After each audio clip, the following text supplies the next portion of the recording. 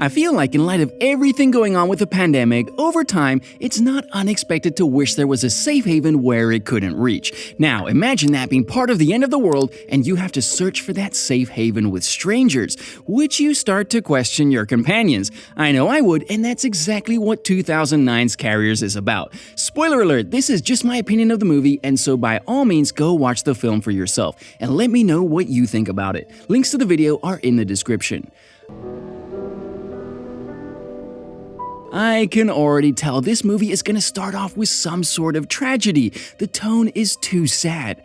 We open up to three friends driving down a desert highway. Brian is our driver, his brother Danny is in the backseat, Bobby is Brian's girlfriend in the front, and Kate is their friend. Warm beer. Tastes like piss. Nice to know that Chris Pine carries over his charming personality from Star Trek. Fibonin. I'm appearing before you as a neutral representative of the Fibonacci. Fun fact, while this film was filmed in 2006, Paramount decided to wait to release this film until after Chris Pine found success in Star Trek, which was released in 2009. I'll read the map. Can you? It has actual writing on it. The delivery of that burn was effortless, and I love it. Yeah, no, don't even slow down. You don't pick up hitchhikers that block the road like that. Or he could be incubated. Think about it for a second. I feel like everyone was kinda like this over the past 2 years. After the group goes around the crazed dad in his car, the group continue on their way. Apparently, they aren't gonna make it too far though. As Danny's voice narrates the rules they live by, it's clear that the world has been ravaged by a deadly disease that's highly contagious. Once you get it, it's the end for you. You follow them, you live. Maybe. That maybe isn't a comforting maybe, but considering the other option is death, I guess I'll take it. After the group deliberates, they realize that they don't have a way to fix the car, and they are almost out of options. The only option left is to go back to the dad in his car and try and convince him to help them. You know this guy is just laughing internally watching them walk back with the gas he needed in the first place. On a side note, the masks they wear here are actually just dust masks, which are used primarily for construction. They actually don't prevent airborne viral or bacterial agents from getting into someone's system. So these masks would actually be useless in this situation. Frank Holloway. He means well, but I doubt anyone is gonna be shaking his hand. After Brian tries to take the vehicle at gunpoint, Frank explains that the vaccine has been made for the virus and he plans to take his daughter Jody there no matter what. After a little deliberation, the gang comes up with a plan.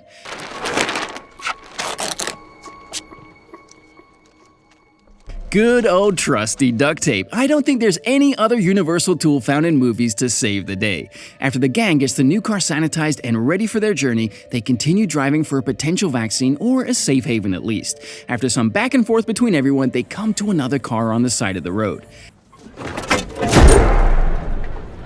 That scare was even more of a scare because of the fact that we don't know the rules for this virus being spread. Is it airborne? Is it bodily fluids? Is it zombie rules? Later that night, the gang sets up camp for the night. Well, this can't be any good. If they've got enough ammo to spare just shooting the air, I'd imagine they mean trouble. The gang quickly puts out the fire and gathers in silence to see what the fuss is about. Luckily for them, that's all he wanted. They weren't spotted and one man leaves with the body. The next morning, the gang drives through what looks to be a fresh ghost town. The group makes their way to the school that was doubled as an emergency hospital, but no signs of life could be found. The whole wing we haven't checked yet. These are not the people you're looking for. Turn, run, get out of there! Alright, I'm big enough to admit I was wrong about the creepy kid. Maybe. Nope, I was right. It turns out that the serum they had only worked partially. Patients still died, and those that didn't yet were simply suffering. The doctor went to kill the kids that were left, but Frank couldn't stand to just watch it happen. Sometimes choosing life is just choosing a more painful form of death. Don't. Well, that's a terrible yet true thing to tell a man whose daughter is sick in the car outside. Speaking of, Jody has collapsed in the back of the car and she desperately needs her oxygen. Normally, her father would do it, but since he isn't there, Bobby decides she's gonna help. Just go on ahead and get in the back with her. You might as well give her oxygen at this point. But Bobby covers up the seal and wipes away the blood on her as she pretends like everything's just fine. Once Frank and Jody get out of the car to go to the bathroom, Brian throws their stuff out and leaves them behind. As Brian tries to apologize to Bobby, Bobby continues to keep her distance since she doesn't want to infect anyone else. Well, it almost didn't matter if she got him sick or not. That was a great catch, though. Later, as the four friends are screwing around on the golf course, Brian and his shenanigans get him down in the sand trap where he tries to get Bobby to join him. Well, that makes two infected now. Maybe. I still don't know the rules for transmission here. Meanwhile, a mysterious transmission comes through on an unknown radio somewhere in the golf resort. If you're there, pick up. We're coming back. You hear me? We're coming back. I'm not sure if the company is worse or being stuck with a possible infected or two. Please.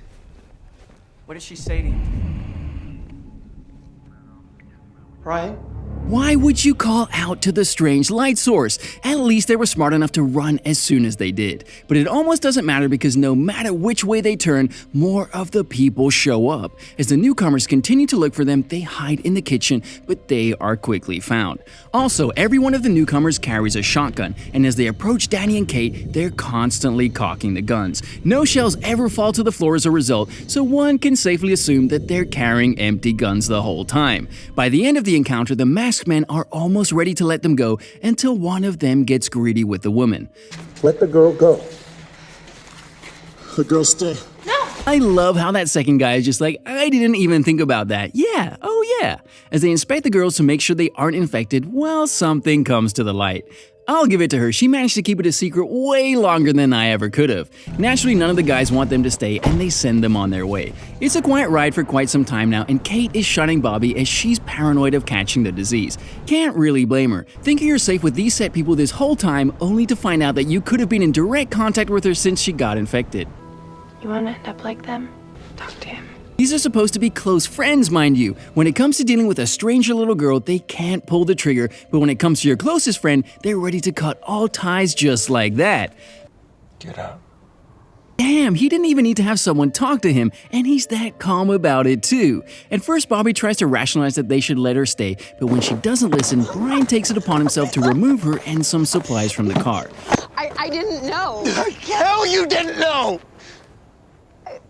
Don't you do that! Don't you lie to me!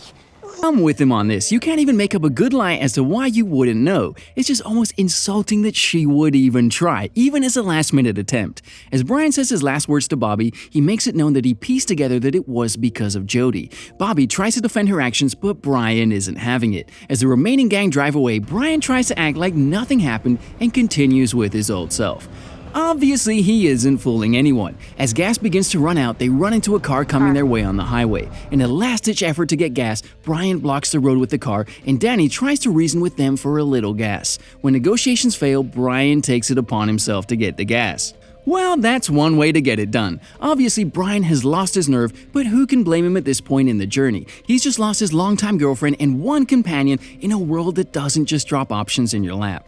This whole story escalated from 0 to 100 real quick. Granted, considering the situation, things couldn't keep going smoothly, but wow!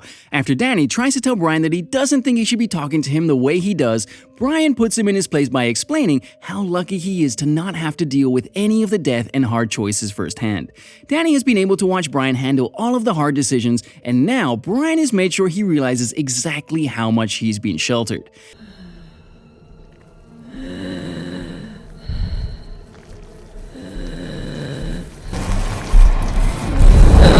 I'd say that Brian's talk got through to Danny, but I'd imagine that he's gonna lose his nerve pretty soon next.